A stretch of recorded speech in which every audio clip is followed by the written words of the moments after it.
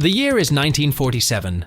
The Second World War has ended, and the stage is being set for what would become known as the Cold War. The Allied forces and the Soviets began dividing up the already devastated Europe. The Iron Curtain, as it would later be termed, is beginning to materialize, forming a barrier that many wouldn't cross for almost half a century. As the situation began to solidify, most nations had already pledged their allegiance to either side of the Iron Curtain.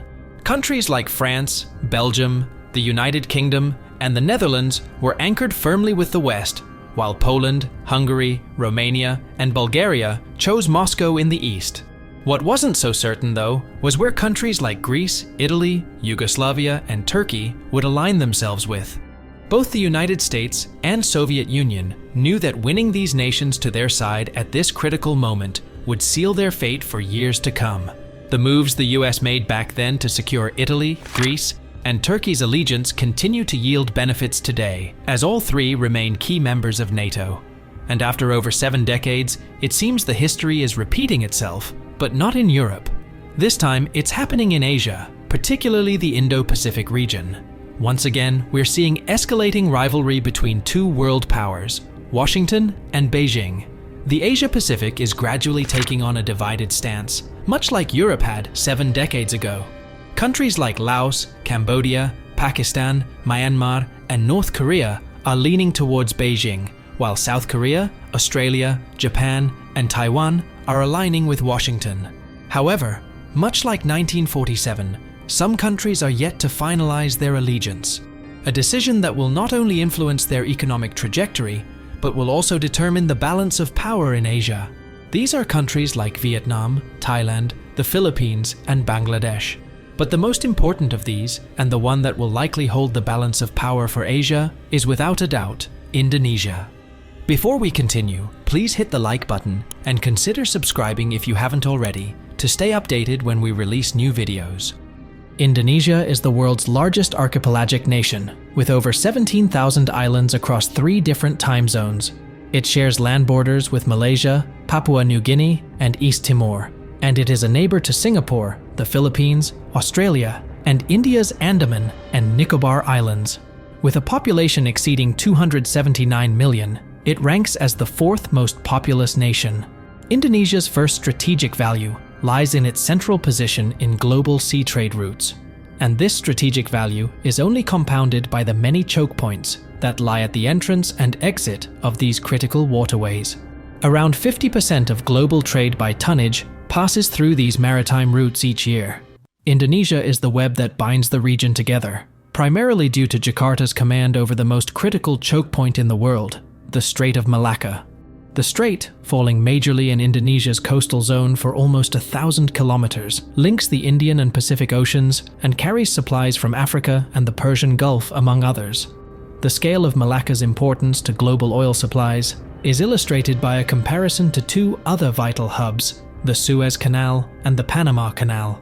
4 times as much oil passes through Malacca as through Suez, and 19 times as much as through Panama.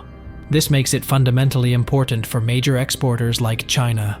Other important choke points include the Sunda Strait, Lombok Strait, and the Ombe-Wetar Strait, servicing over 3,500 ships each.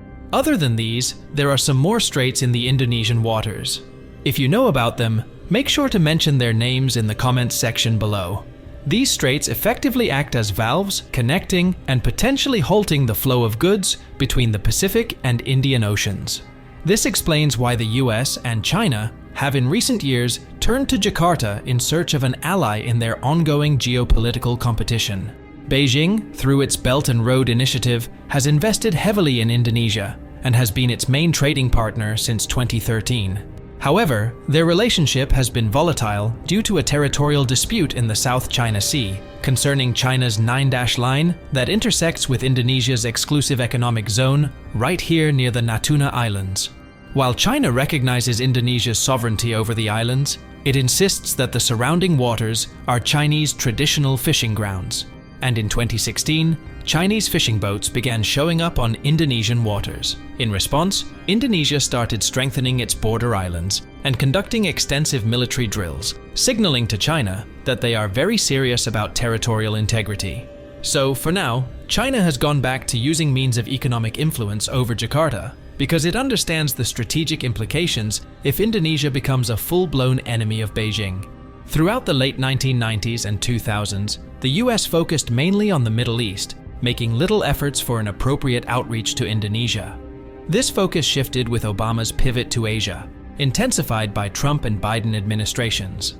Consequently, Indonesia started receiving US military equipment and participated in numerous joint exercises, including 2021's Garuda Shield, their largest to date. However, to avoid being a mere pawn in foreign power play, Indonesia needs to enhance its own capabilities.